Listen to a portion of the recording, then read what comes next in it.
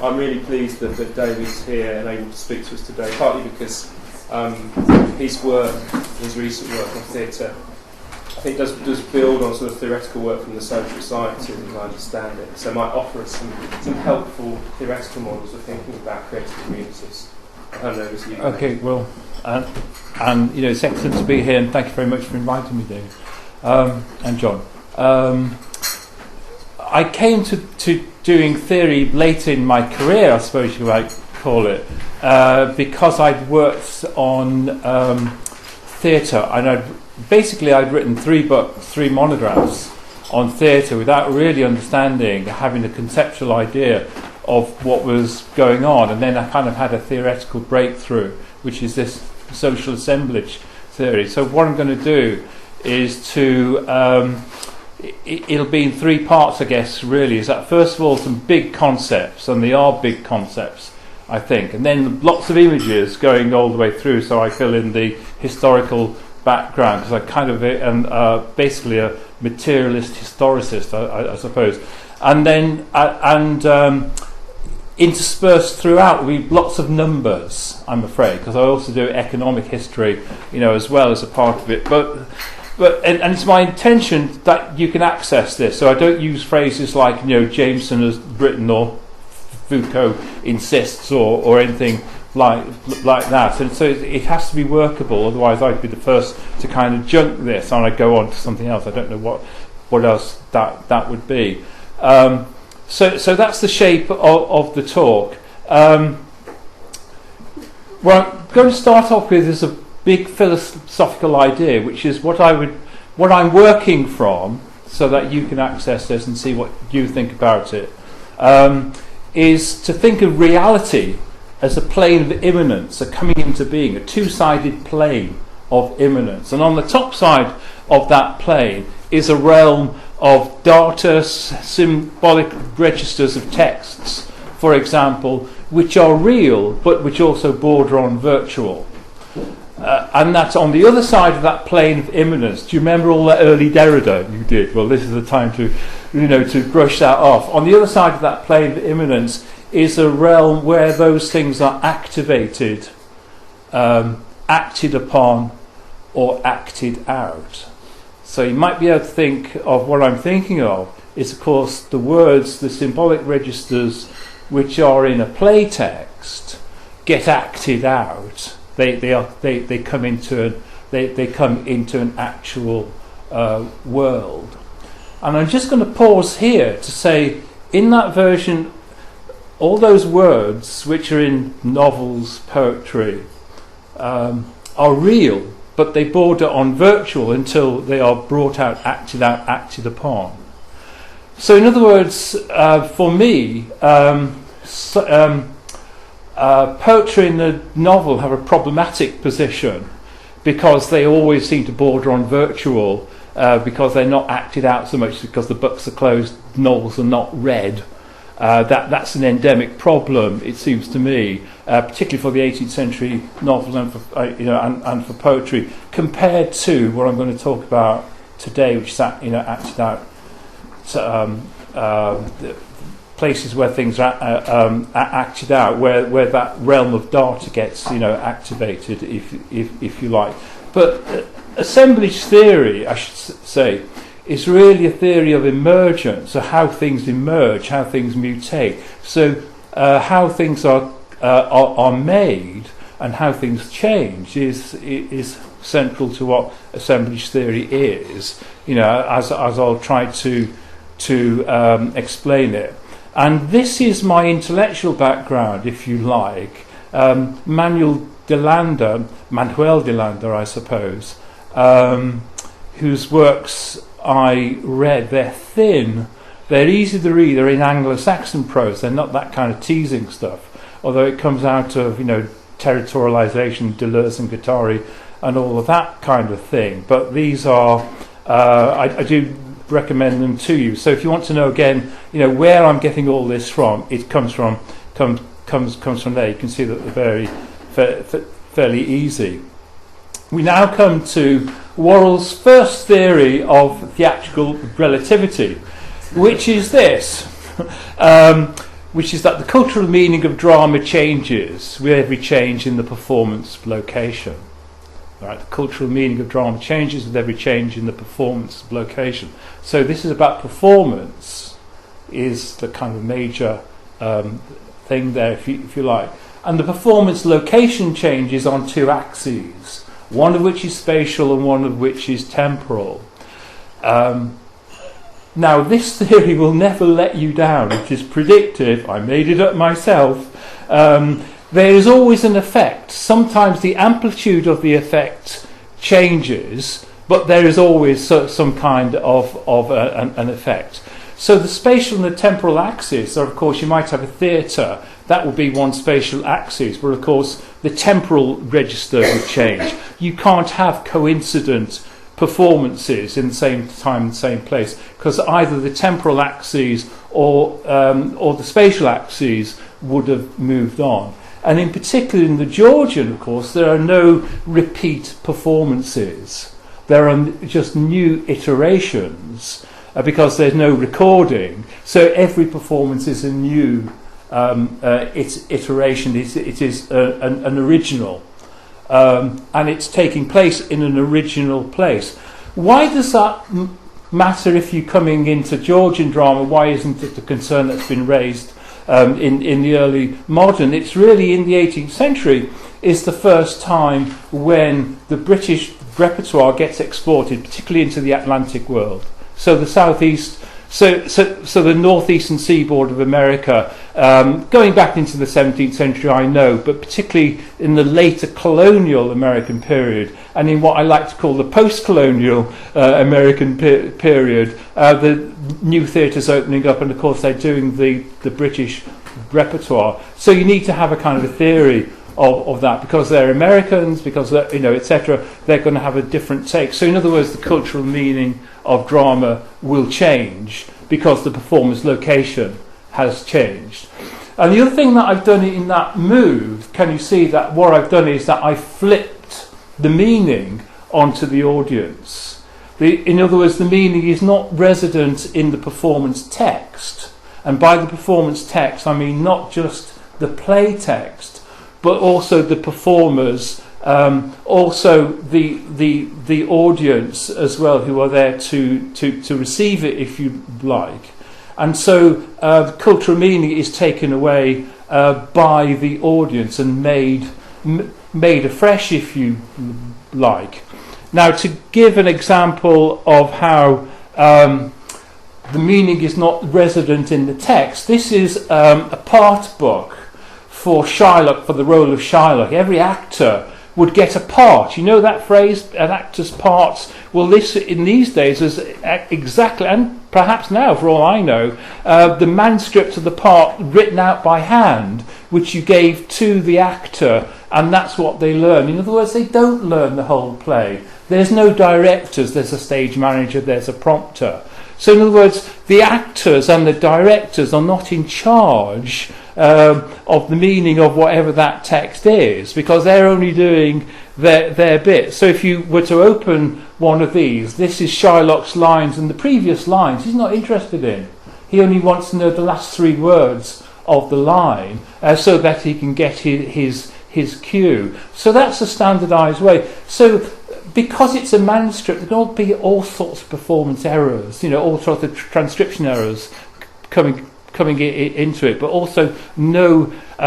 So when Deleuze and Guattari talk about territorialisation, deterritorialisation of meaning, remember why I'm attracted to this is because the performance is taking place literally in a new territory. It may be a territory, on the other side of the Atlantic or whatever. So that background that comes from Deleuze, Latour as well, to some extent. Interesting, the actor network theory. This is a derivation, if you like, from that. And this is my breakthrough moment when I read. So everything that I've told you up to now, I came to myself, if you like. And by the time that I'd written the end of my third book, I was realising that's where I came up with Worrall's law, if you like. is I had this breakthrough moment. The identity of an assembly is not only embodied in its materiality, but also expressed by it. If you just put the word theatrical in front of assemblage, you get what I mean. What I mean, in other words, all components within that performance location are expressive of the identity of whatever has gone on. So, in other words, it's not just the performance text, as I say, but it's also the materiality of the theatrical space, of the theatrical venue. Very often a built environment, but not always that, but a very varied built environment, as I'm going to come on to talk about. And so what I'm now going to do is to link that to an idea of networks, and I'm going to take you through this. If you look at the visual culture associated with theatre prints, you get lots of these pictures that I'm going to go through, and they all repeat the same. They all repeat the same kind of idea, and I've got loads of textual things, textual evidences as well, but I'm not going to do those. It take too long. These are people getting into the theatre. There's a fight to get into the theatre. In other words, there's such an urge for consumers to consume theatre that they actually fought things out. Now, I'm going to put into this idea as well that there is friction going on, and that one of the ways in which we can, if you like, tell a propensity for change, for mutation, is by having some sort of a proxy, which is a thermodynamic, a register of heat. I'll carry on with that now. We're not used to thinking about literary culture and thermodynamics, but that's one of the ways in which I've been kind of thinking this out. So there's heat going on there because they're punching each other. In the top, the right-hand corner, there's a gas mantle, and that's because gas and theatres go together because of the way in which their scale is also a proxy for organisational complexity. The technologies of the theatres change really ahead of the curve, if you like. So gas and gas networks also come into being at the same time. But you see lots of examples of networks. What these people are doing, this is Covent Garden 1809 Theatre, Old Price writes, is that they're talking, interacting with each other. It's a social network, and all the visual records keep on showing that, how they're engaged with each other. That's actually the top bit. You see the top, the kind of arcaded bit right at the top? Well, that's a kind of close-up caricature print of it, if you like. And what you get is lots of people crowded together. Lots of people crowded together.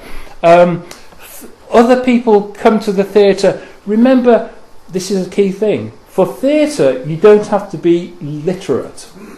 You can understand the theatre. You can understand the theatre. Your language skills may not even be that great either. You can kind of get a sense of what's going on. You know, how a play is ending, for example, how King Lear or Hamlet is ending. King Lear, of course, has a happy ending, you know, at this particular point, which again is kind of adaptation mutation. You know, Shakespeare is circulating as a mutated genotype before it then gets distilled and refined in the Romantic period, if you like. So these things just go on and on in the visual record like that. I'm going to not pause on them for too long. You know, you get the idea. And that's what they're watching on stage. That's the ending of The Gamester by Edward Moore, a play which is very much in the repertoire. Repertoire is an idea which I also want to introduce today, because what I've got away from is what we've been talking about this morning, is the author as a vector. The author is a vector for everything, and the network and the canon being actually quite confined.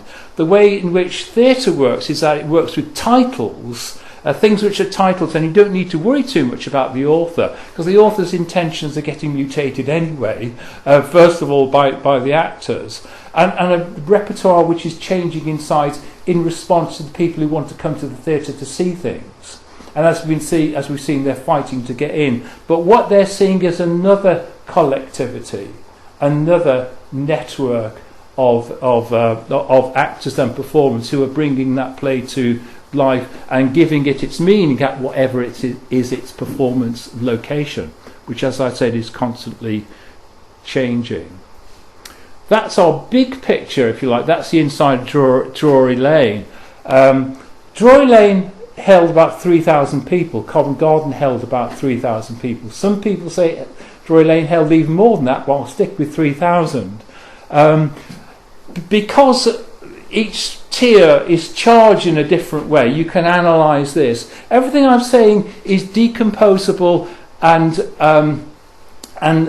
irreducible, by which I mean that I'm going to break things down into their irreducible components, but that the entities which I'm talking about are also decomposable, so that you can decompose them for analysis, if you like. So there are no kind of hidden reifications going on, if you like, in the kind of approach that I'm using. But I'm using an idea of a materialist assemblage, which is in the state of flux. So what I'm describing so far is this hugely dynamic, kinetic energy which is going on through performance, because no repeat performances. So that's a Drury Lane holding about 3,000 people. There are some key bits of legislation in this. One in America is the ending of what I call theatrical prohibition. When the British kicked out of America, they closed down the theatres because they're ex-Puritans, if you like. Now, by the early 1790s, people are starting to want to reopen or build for the first time theatres. So there are in America new legislation passed so that they could open up the theatre. In other words, slap bang in the middle of the Romantic period, if you like, there's this expansion going on the other side of the Atlantic. So that imperative about performance location is what is driving me, driving me to conceptualise this. In Britain, there's the overlooked, and it's not in my book, I'm afraid, my latest book, Theatrical Representations Act, is a piece of Wilberforce advocated, sponsored legislation where he wanted to control the London taverns and pleasure gardens. But what he did inadvertently was to define that magistrates had powers to be able to license theatres. Now, they had done so before, but the legal rulings were not very clear. So all of a sudden what happens from 1788 onwards is that you get provincial theatres are being built on a large scale. And these are also the parts of the social networks that I'm talking about. So if we can draw back a bit to a bit of social network theory, remember that those audiences are making up the meanings, and they're communicating those meanings with each other in the ways that I've shown happening, in the illustrations, how they're talking to each other. And so those flows of information are going across those networks. So we need now to know, where are the places where those flows of information get materialized. In other words, the nodes in the network. And that's the next bit, if you like, is that this expansion of theatre buildings. Now, I put the head of that picture that some British theatres of 1802, it really is only some. I didn't know about the one I've got the pictures on, and you can see it in green, Stockton-on-Tees. It's apparently the oldest Georgian theatre, still there. It holds about 200 people, and it's still used as an indie rock venue every day of the week, apparently. So all of these places have theatres. So in other words, theatrical meaning is being materialised through the social networks. In other words, you don't know what people are thinking, or rather, we needn't care about it until it's materialised at the social networks. If you want a different proxy for how this would be working, it would be the Arab Spring and the ways in which ideologies of change flow along social networks until they're materialised through the iPhone, through laptops or whatever, and then you go and congregate at a place, Tahrir Square, where you bring about social change, which of course which brings about heat. Heat is always there. just as heat.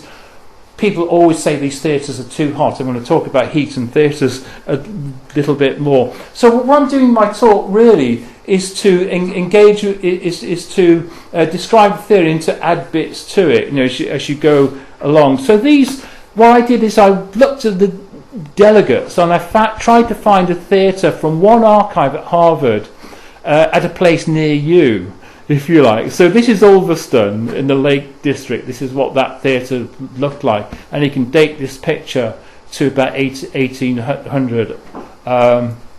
Southampton, that's the Southampton Theatre.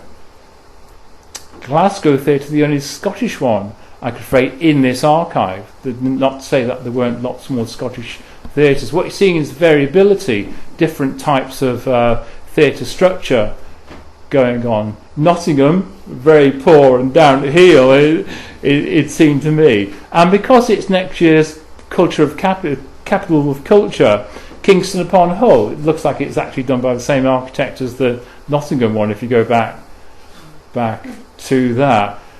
That's the theatre where I live, Grantham, Lincolnshire, which had a theatre. Doesn't have a theatre now. Norwich Theatre. So what I'm talking about is a lost built infrastructure of Georgian live theatre, which no longer exists, which represents the nodes in the social networks where performance meaning was materialised. So it is on a gigantic scale.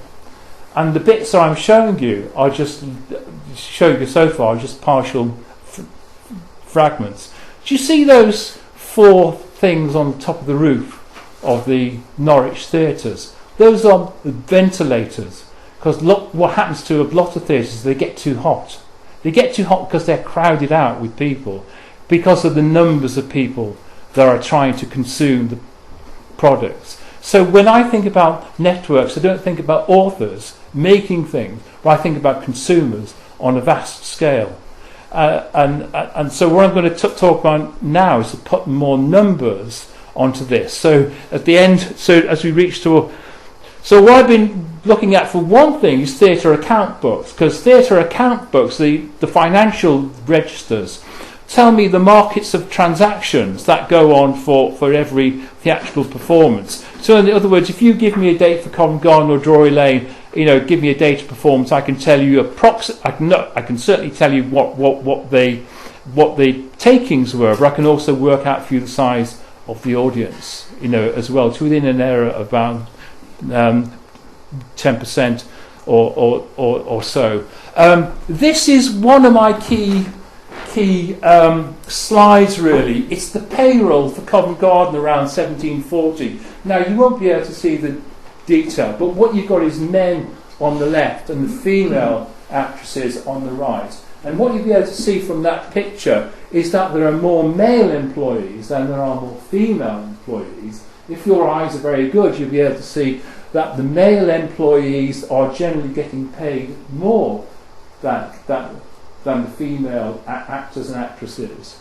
So in other words, there's probably about 10 or so % more male employees, and they're probably getting paid about 10% more as well, with exceptions. The top exception is the one that you can't read, Mrs. Barberini, who's the first name that women's payroll. She's getting paid, she's the highest paid person on the stage. So what I'm portraying there is really the ontological nature of this assemblage in its characteristic forms as a kind of a market of interacting components which are irreducible and decomposable.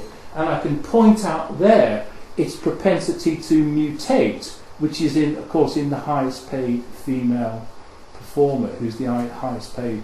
So all of those things for social change are really solidified in that particular picture, if you like. And I'm going to go on to to kind of take you through more of that. So in other words, because assemblages tend to be ontologically fairly flattened, fairly flat, although this has got spiky bits, if you like, and it's radically asymmetrical as well. All of those things denote, if you like, the propensity for change. Now, that change may be more heterogeneity or more homogeneity, but I'm going to come on to talk about that again. This is an example of the kind of thing which I work with, which is there's a performance at the top there with the takings. So everything I've got is kind of backed up. This is a Sarah Siddon's performance at the top, where you get £260 worth of income. And on the lower side is the takings for the next performance, which is a benefit night performance for a hospital. So the ways in which theatres also work is to network with their local communities. And you can see whatever is written in the theory of moral sentiments, people go to see the celebrity. And the takings for the next night, when they're doing charitable purpose, the takings just kind of plunge, if you like, because that's what people actually do. And that's what's kind of recorded there, if you like. So now, we come on to a playbill. Now, the playbills are like the DNA, the evidential DNA of what I'm talking about, because every playbill tells you the exact place and location, time and location of the performance. So in other words, I can go through for the London theatres. There's 100% playbills that are captured. So I know 100% the DNA evidence, if you like. And by DNA, I mean it can be sequenced and in a chronological and a geographical way as well. So again, that temporal and spatial axis comes out, because of course this one is a provincial theatre. So what you've got there in the Moot Hall of Newcastle upon Tyne is a cross-dressed version of the Beggar's Opera, where every male part, if you like, is taken over by a female role. Now, how many people would have seen that? Just a few hundred, I think, because it's not the proper theatre. It's actually the assize courts of that era. So what we're talking about in provincial England in the mid-18th century is people consuming images and presumably enjoying, because I think there are two performances of this in this particular season, cross-dress performance. And the evidence, as I say, is like DNA evidence, because, I'm not trying to argue that they were consuming King Lear on that night or anything else. I know exactly what was being consumed. And one of the other playbills for this season tells us that they're off to Scarborough. So they did this show presumably in Scarborough as well. So what did they make of it in Scarborough? I don't know. The size of the audiences, the size of the consumers, the size of the people who want to consume this. That's 484,691 are the accountants' numbers, the people who went to Drury Lane in 1813, 1814, which is the first night, the first season of Edmund Kean. They were trying to work out how to pay him, so they wanted to know how much he was worth. So the treasurer, as they called it, worked it out, and that's the number that he came up with. I've looked at this again, cross-checked it. Now, in other words, if you had, Covent Garden's not having such a good season, I suppose, because everybody's going to see Edmund Kean at Drury Lane. So if you then add in the other playhouses, the King's Haymarket Theatre also holds about 3,000 people. And you've got the other theatres, and that's not all of them. In other words, the London annual seat sales, which is the way in which the Society of London Theatres now works out the size of London's theatre industry, so I'm using the same methodology, if you like, is about equal to the population of London. Now, I know that some of these are repeat visitors, which I love people say they're repeat visitors, because that's great, because what you've done is to raise the intensity of the experience, if you like. This is the thing that the internet's not very good at doing. Facebook can tell you the linear number, because it's easy to count things end to end. What it can't tell you is the number of likes, people that like the thing. So the more that people come back, you're registering the intensity of people who want to come back. So, of course, there will be repeat visitors in that, and I'd love someone to put a number on that, because then I could tell you more about the intensity of people who want to go to the theatre to be consumers. By contrast, the Royal Academy's summer exhibition, this is the Hook book, if you know this, the peak numbers actually peaked during Edmund Kean's years, if you like, because what people are doing, and again, it's in the advertising, is that they're going to the Royal Academy's summer exhibition, which is in Somerset House at that time, and they're walking up the road to Drury Lane, and they're going to see Edmund Kean, in the evening. So that's what's going on there. And because when I've done this paper, or versions of this paper before, people say, "Oh, well, what about the circulating libraries? Isn't that on a massive scale?" And I've been over this recently. The research, I don't think is very good. But anyway, this is the best bit of research I can find. Sinclair, you probably know this. The circulating libraries only reach 1% of the population. Remember, that's the literate population. I don't have a problem, people who can come to theatre who are illiterate. And then this devastating phrase, it was common to print more copies of the first volume of a novel because people may not want to read on. When people go to the theatre, of course, we assume that they're not walking out halfway through a performance, but they're going to see. So, as I say, people have put this to me, they're reading in private groups. This is the Halifax circulating library. On the right-hand side of the page, you've got Lawrence Sterne. On the left-hand side of the page is a load of the plays that they had in. So it's a zero-sum argument, really. If they're circulating libraries, people are reading plays, as well. But why would you read a play when you could go and see one near you? And as I've tried to point out, there was a theatre near you. So a gigantic enterprise on a gigantic scale. This is the Drury Lane prompter's notes, putting in at the end of the season. And what you can see is they're performing 98 different titles. Now, Covent Garden would be doing exactly the same. So there's this massive kind of churn. And that's why someone like Shakespeare takes so long to solidify, and why there's such an amount of work going on, and why there's such, if you like, an appetite to write, which is what I'm going to come on to. I'm going to end up with an author. The author is the least important bit, where I'm going to end up with one sooner or later there. So what's being said on the stage? We finally reached the stage, if you like. Lots of transformative things. Here's an epilogue. Epilogues are the gendered female convention.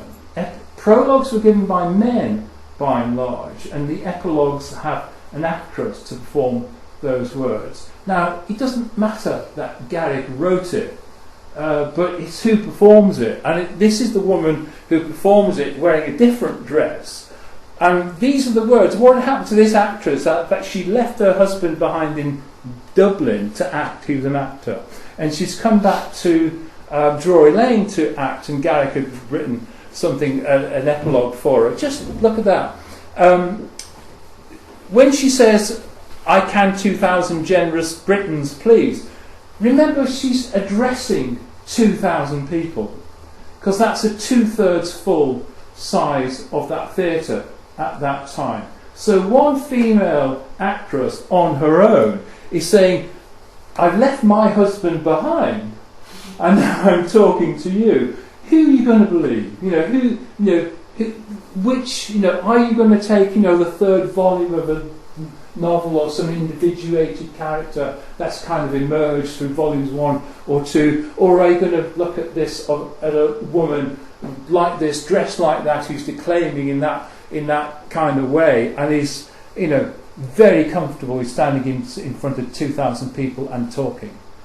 So what I'm saying really is that theatres become places where social change takes place because the social networks are there and the nodes, the built environments are there as well. And this just doesn't apply just to Drury Lane, but it applies to all those provincial theatres that I've talked about on a massive scale. This is a prologue where you have a new emergent type of female behaviour. There's an actor speaking, Mr. King, Thomas King, and all of a sudden an actress, this is all engineered because she interrupts him. So the idea that a woman can interrupt a man becomes the things which is seen on stage. And this is a piece which we don't study it now, but it stays in the repertoire for 30 or 40 years. Some of the, William Sinclair, when he did his reading Nation book, seemed to have taken the strategic idea not to include printed plays. There's no printed plays in other than Shakespeare.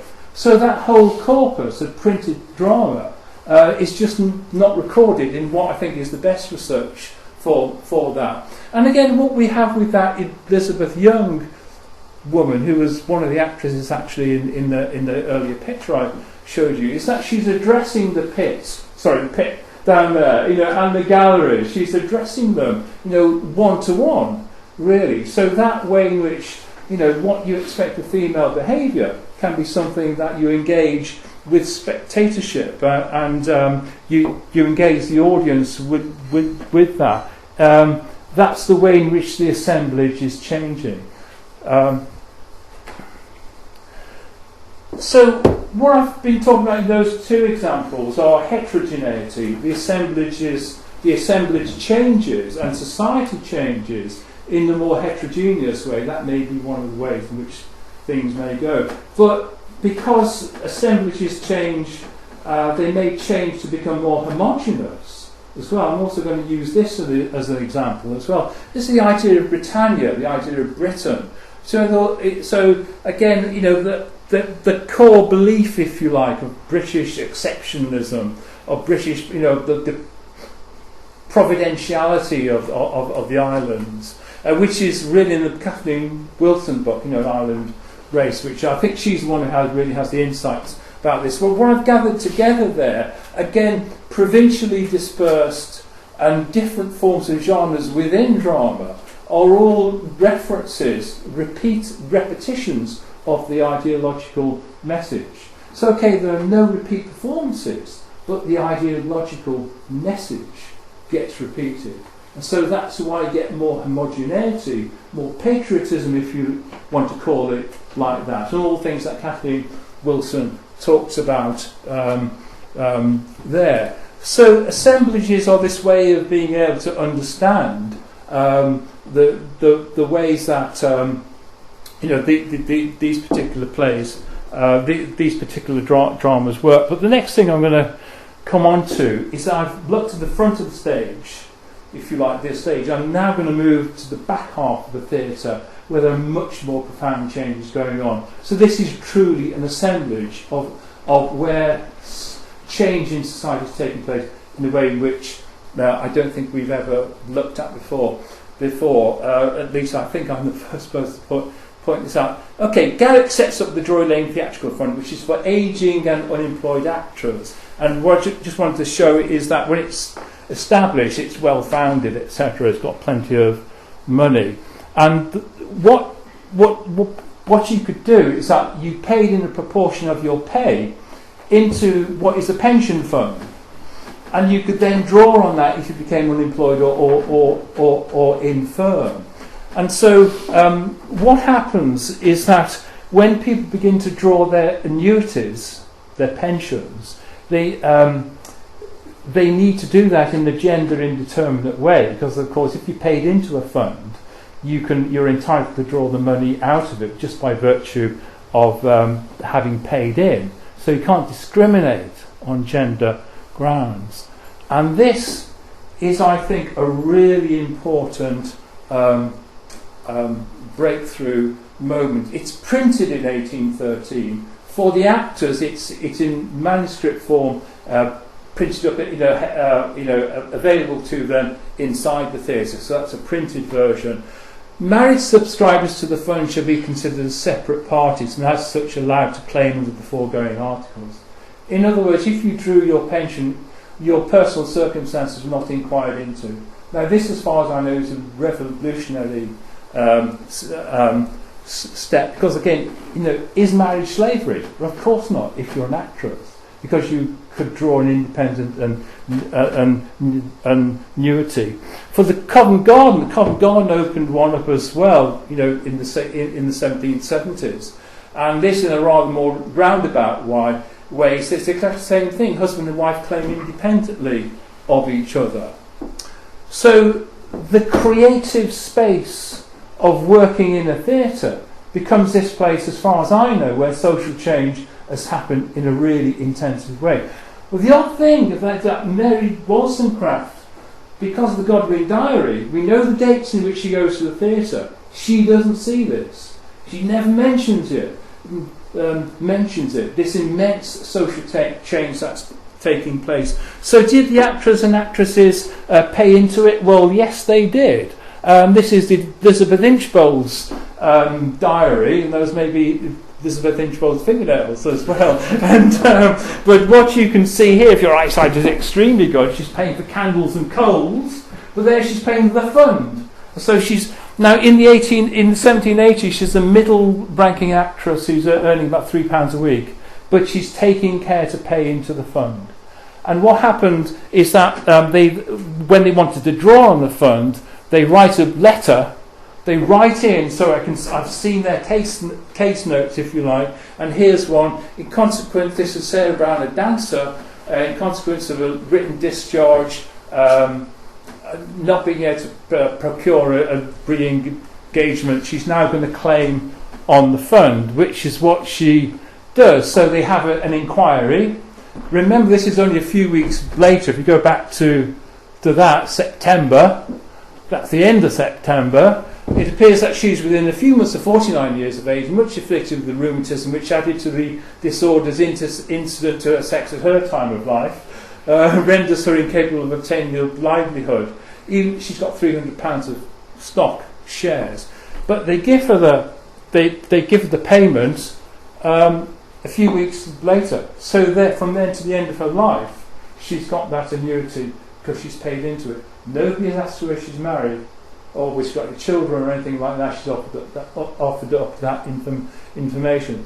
What I'm arguing is that there is an immense social change going on, and this happens with the theatre because it employs large numbers of women, and because it caters for huge numbers of audience, if you like.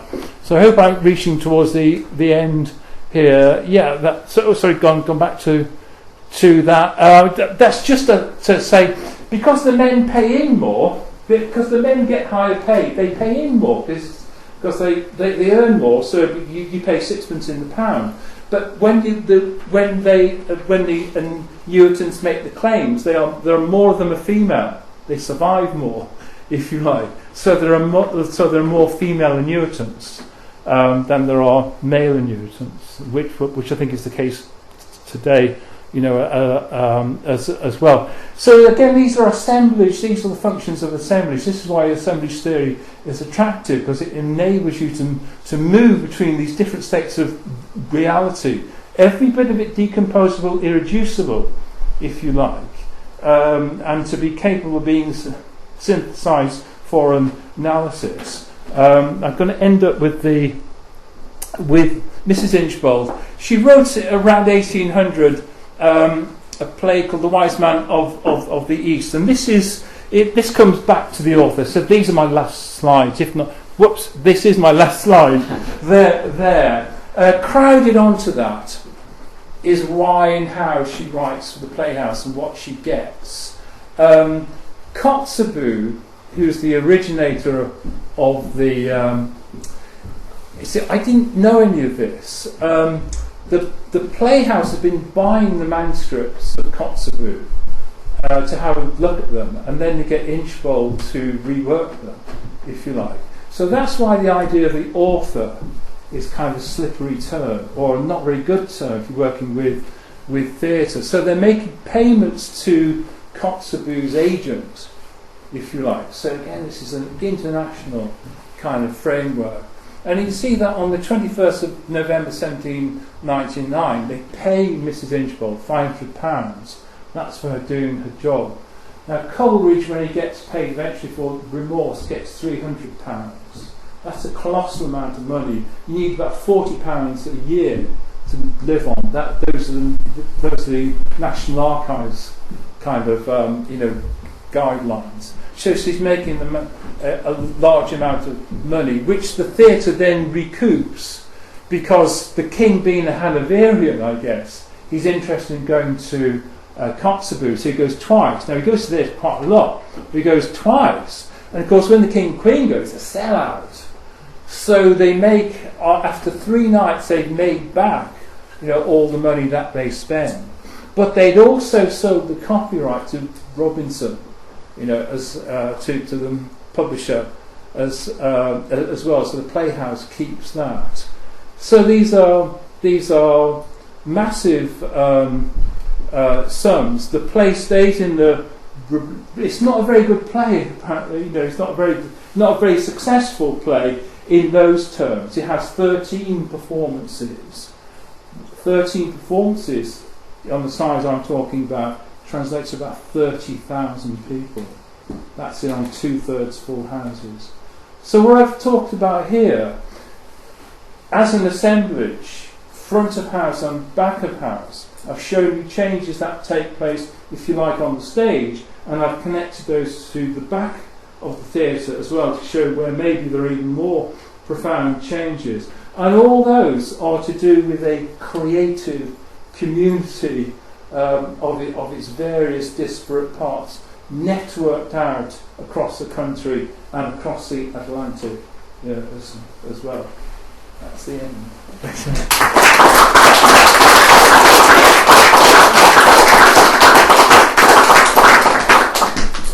Thanks, David, for that really interesting and extremely well-timed paper. So we can be a bit flexible with the beginning of copies. We've got at least 20 minutes or so for questions and comments. I'll let you select the media.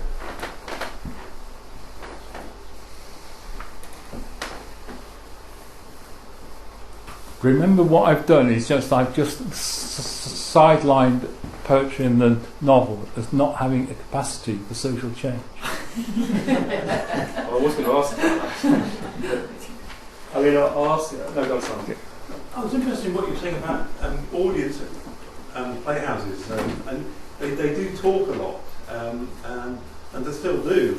Maybe not as much as they did in the end of the 18th century, but do you have any evidence that people are actually talking about what's happening in the play, or how many people are talking about what's actually happening in the play, as opposed to just general chatter? There are 2 answers to that, really. Of course, we know we do. When we go to the plays. But if you're asking me in a roundabout way, is what are they thinking about the plays? The thing that you can very easily tell, and again this applies now, is that do they like plays? Yeah. Yes, because they get repeated. So there are things called flops, and so you don't get an exit poem, you get an entrance poem, if you like. And what those theatres do, because it's not a state subsidised theatre, so once you go into the theatre, it is capitalism in the raw. And if things don't work or actors don't work, they get kind of junked, if you like. And so what you're seeing in the repertoire, which is different from the canon, you see. So the canon, I think, is kind of a fixed thing, a corpus, if you like. The repertoire is changing its shape all the time. Is that you can tell what people like because they go back again. And of course, the stage managers, the managers of the theatres know what people like. Now, there's still experimentation and there's still new writing. A curious thing, unlike today, I think, is that first nights of new writing generally play to full houses, because that's the thing about the town. The town wants to go and see the latest play. Now, it may flop the next night, but the first night's always sold out. Is that the same thing as constructing meaning, though? The critics construct the meaning. I'm always being told by one of my colleagues that as academics we're not normal people. We talk about meaning of plays, but does your average playgoer at the end of it, would they be? They might enjoy it. They know whether they enjoyed it or not. But would they be worried about what it meant? Again, the answer is longer than the way you suggest, because obviously what I'm talking about is the way in which different types of female behaviour are shown on stage, then get imitated in society. And that's even more evident where, concepts of Britannia, which that's first night is actually an outdoor private theatrical in July, Clifton, and it rained. That gets solidified. And I did that kind of slide on the train journey. I just went through my notes and found the first things that came to hand, because there's so much repetition of British exceptionalism, and that's why it's not Edmund Burke that people are reading. They're going to the theatre and they're seeing this message pumped out. So we know. So if you like, it's it's a loop back. And if you like, right. I mean, you think about the extent to which soap operas, people talk about what they're all about. Yeah. They're all over the place.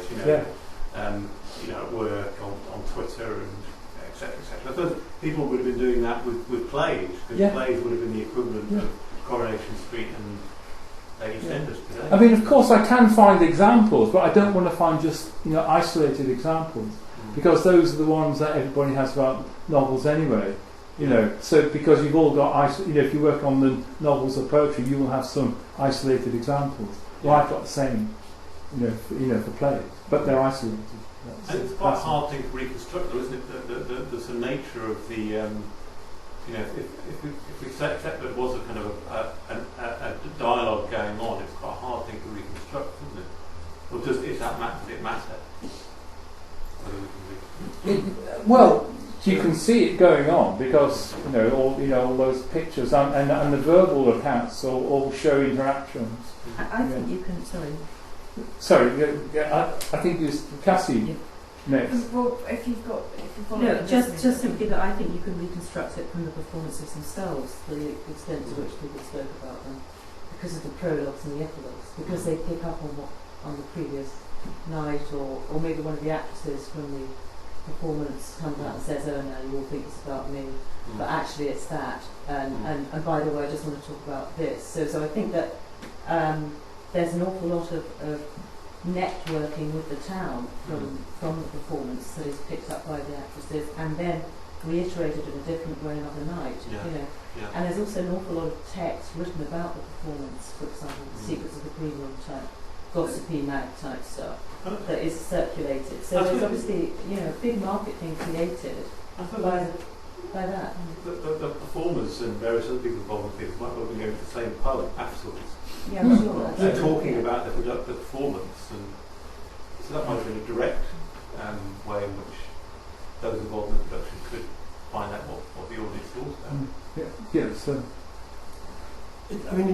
Also in terms of thinking about the movies in the 20th century as opposed to universities, the model of sort of cultural impact and social change is quite powerful. But I suppose one thing I was just wondering about is it possible to make such a distinction between, as it were, kind of the literature of the stage and literature generally? I mean, they're intimately linked throughout, aren't they? And so that although the drama might be a complex message, or that's being sort of conveyed to society, nevertheless that message is itself dependent upon a literary culture that is feeding the ideas which are getting translated into. I mean, Richard Steele would be a good example, perhaps, of somebody who revolutionised the comedy in the early 18th century, and yet those same ideas are being originated in some degree, sort of disseminated through the Tapper and the Spectator. One of the reasons why I suppose literary culture we tend to focus on things like periodicals is there we have a record of exactly how potent the Tapper and the Spectator were in changing and transforming ideas about everything. We must presume, as you're pointing out, that the same the drama's having an analogous effect in some ways. It's just we can't record it in the same way. But that either way, that thing called Richard Steele is the thing that's common to both of those things and links them in some ways. I doubt whether you have the evidence for that, because everything that you're talking about hits that barrier of the literate size of the audience, and hits the size of the circulating libraries or however you gain access to those written materials. And so, because as well as the spoken drama, you've got different forms of ways of representation, I suppose, dance and pantomime, which is a political area at that time, and they're all reaching those vast numbers of people. So I think what you're describing is a smaller. But is sort of the mass effect of the drama, or the cinema indeed, in the end the final determining factor in terms of social change? Not quite, and I go back to the theory. The theory is one where those, if you like, those nodes, which you know where they are, whereas for readers, unfortunately, they're disaggregated. You don't know where they are. They're cool. They're chilled. They're cold. You go back to the nodes which are hot, and so you know that their propensity for change can only take place where people are interacting and seeing how each other reacts. Again, there's lots of there's not lots, but there's some eyewitness accounts of when the king is Franz is executed. That there's some of and the news comes back into the theatre, Drury Lane, and there's an eyewitness account of how the whole auditorium is kind of chilled. So that's the whole auditorium is a kind of awe. So that's about 3,000, getting up to 3,000 people.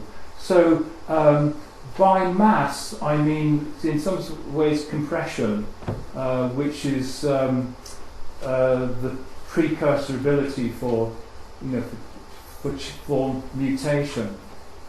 If you like. So I don't have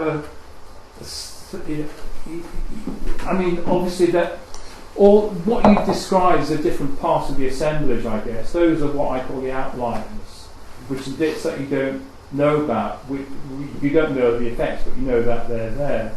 So theatrical performances have this massive effect for those people that are there, those 3,000 people, and then it has a series of secondary effects. So what you're describing is a secondary effect. I think there's a problem when you try to say that the outline effects are stronger or as strong as the effects at the node, because you need to find where the nodes are. I guess that's the answer.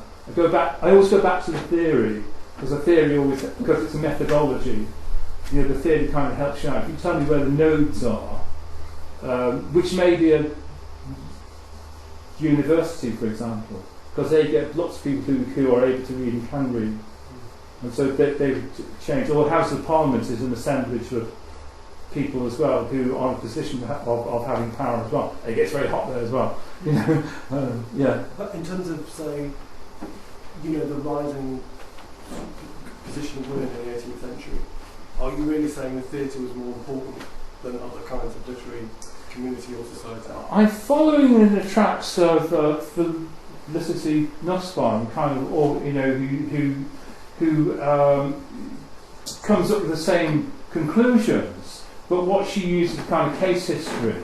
So what I've done is I've used a different methodology, if you like. And she says it's performative, that there are changes, that it's the way that actresses engineer their lives, construct their lives, that becomes effective in some ways and influences other people. Whereas I'm saying that is an effect, that still happens, but it's kind of a marginal effect if you look at all those forgotten dancers who are drawing their annuities.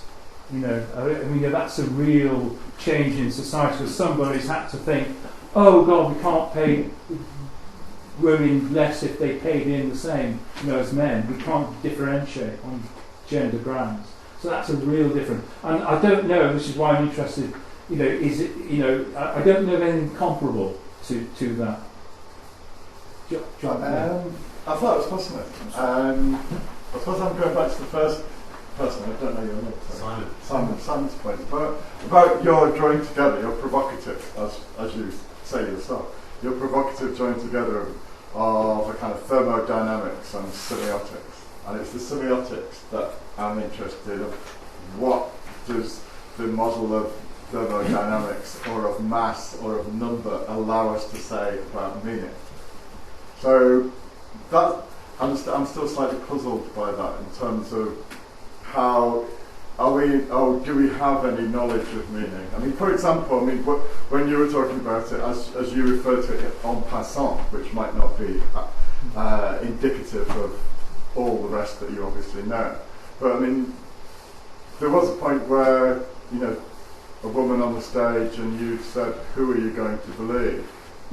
And then when you referred to Burke, you said the message. So what you're using, just maybe just as an aside, is a flat model of meaning, where it's a message and it's about truth, rather than about the disputatious, multiple nature of the meaning that's being produced within performance. So, for example, I mean, you know, just to change the scene. So, if I go to a sporting event, which is perhaps even more unique, if you can say that. It's very close to this. Yeah, exactly. Yeah. So, if I go to a sporting event, say a boxing match, or if I go to watch Liverpool FC on the Kop, there's a lot of heat there generated. That 12,000 people, because it's very popular too, so we all know that we like it. 12,000 people all gathered together, all might join in saying, you know, a particular chant. Even when I come out with the people I've gone with, we might argue that X or Y or Z or Suarez or whoever might have had a terrible game. We will argue that. You go onto the blogs online afterwards, what you get is dispute. What you get is people contesting other people's interpretations of those things. And I suppose that's the nature of, it seems to me, also of popular culture as we know it. That the meaning is something that's haggled over, you know, ad infinitum. So I'm just wondering, well, where does the production of meaning in all its complexity come beyond assemblage?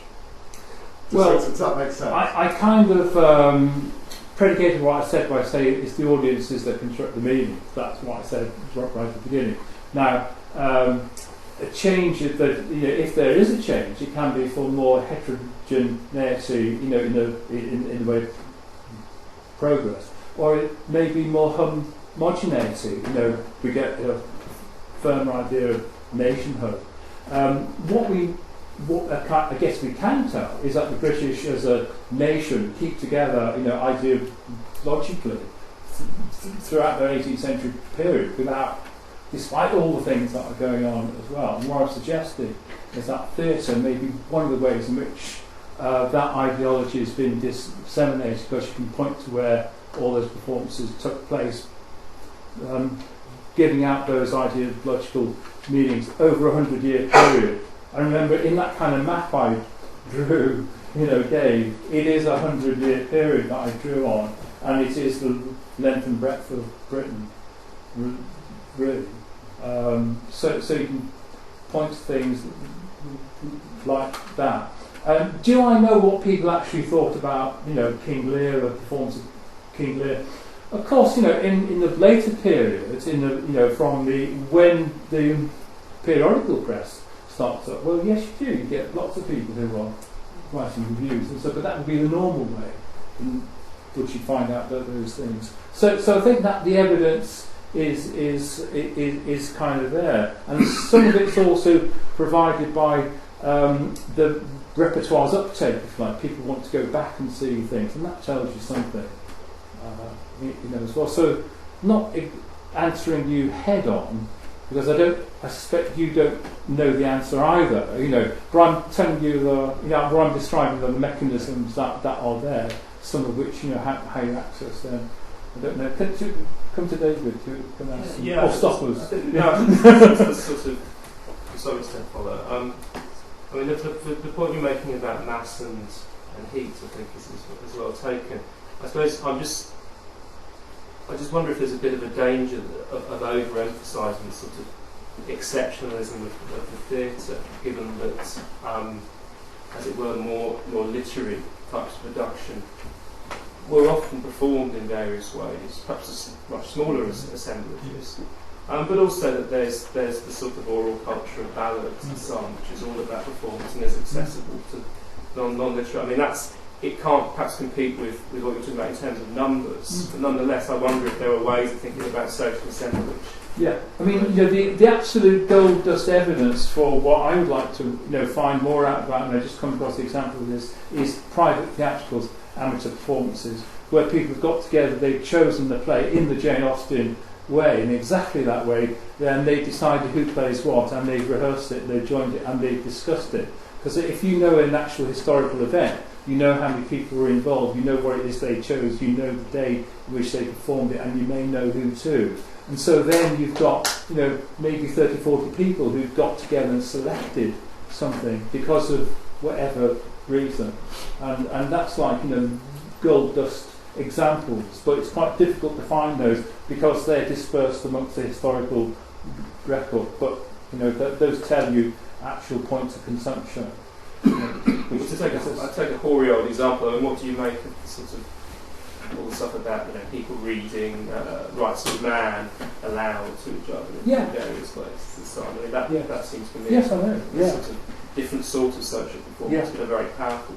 That's right, and all those are part of this, and where you have the exact numbers or the exact place for those. Of course, that's how we build our historical arguments. If it's Rights of Man, we say it was read in this pub or whatever. So that's the same type of thing. So this is the same sorts of arguments I'm using here.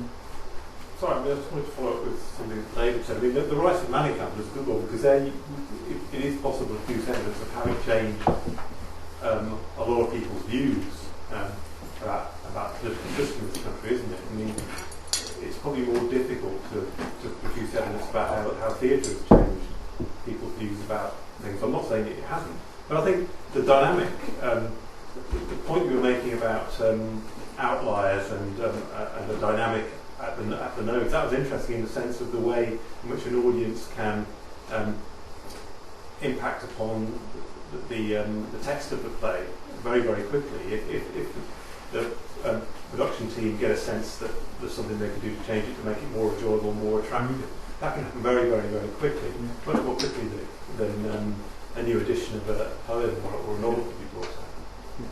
Yeah, exactly. Yeah.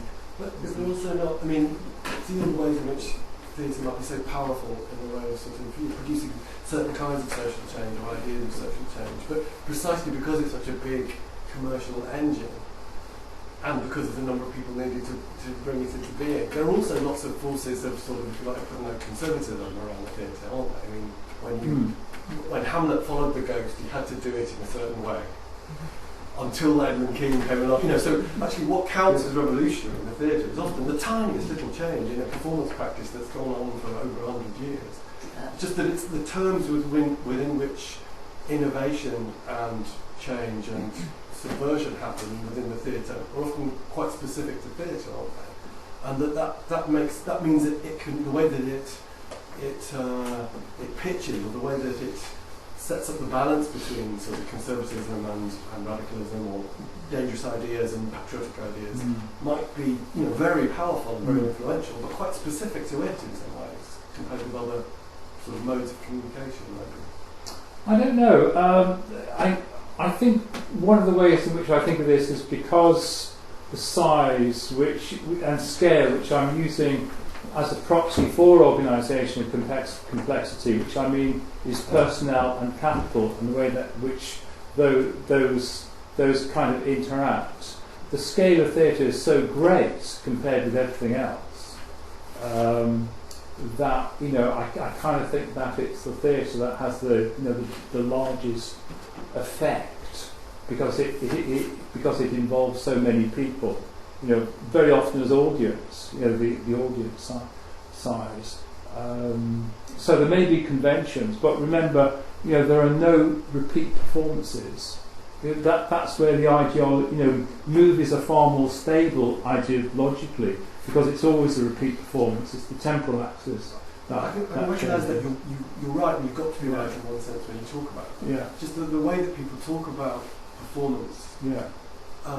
In the late 80s, the Romantic period, it doesn't sound like that at all. It sounds like when you go and see Mrs. Siddons perform Macbeth, you know what you're going to get, and you're going to be very upset if she does something different, because it's actually very established how you play that role and how she will play that role. If I draw on the evidence, something I found, something I've read recently was Leigh Hunt's writings about actors and actresses, which I've not read for years, and I went back and he first of all he devotes the same amount of time to all of the actors and actresses that he sees in the two theatres. Now, it may be because that's the number of column inches he's got, which I didn't check, you know. But it's as though it's your favourite football team, and you know them individually. Mm-hmm. So, in fact, it's a much more dispersed model, and it's actually not about star actors or actresses. You know, they had an idea that this was your team, and this is how they acted, and you knew some of them would be great, and you knew some of them would be rather fed up with. So they're in that funny way, there is a sense of community that they know they're kind of actresses. And so if you have a visiting, you know, opera company, which we have in Nottingham, you know, the old the Opera North, you know, come down, you kind of get to know how they'll play, and they become your favourite kind of team. Now, the performances are never the same, but the team members are always the same.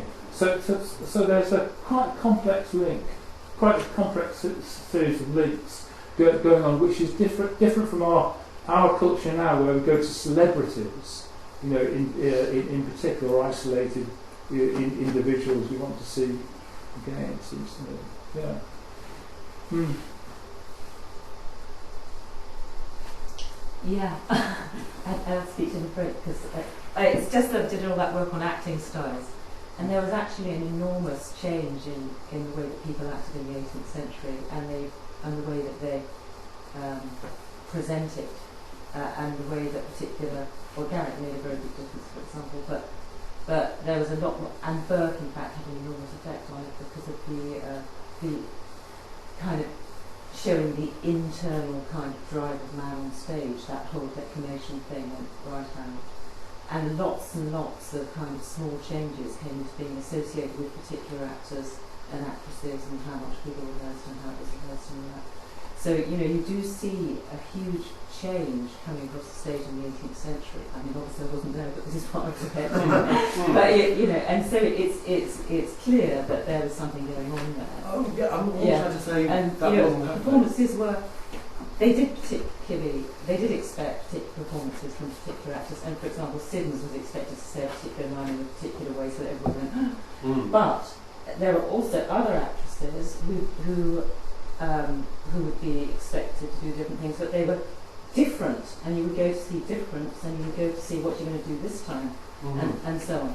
So, I mean, it's not really as, and I understand what you're saying about theatre being conservative, because of course it holds as well as changes, but there was a lot of...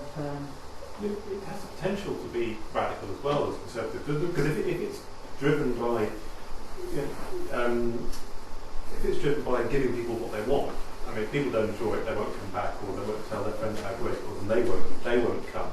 So, if there's a change in sort of public ideas about certain things, then theatre can reflect that quite quickly, and a kind of dynamic can develop, can't it? Because if it is about giving people what they want, and what people want changes, then the theatre will reflect that, and the theatre and the theatre goers can sort of work on each other. I mean, again, one of the things they say about the end of the 17th century, I don't know what the evidence is that you get the role of the female spectator being catered for, if you like, because they're coming along with their husbands, if you like, and so, you know, the theatres become aware that they need to take note of what a female might want as a consumer, you know, in the theatre, and to be aware of that. But, you know, that's the argument that I've heard.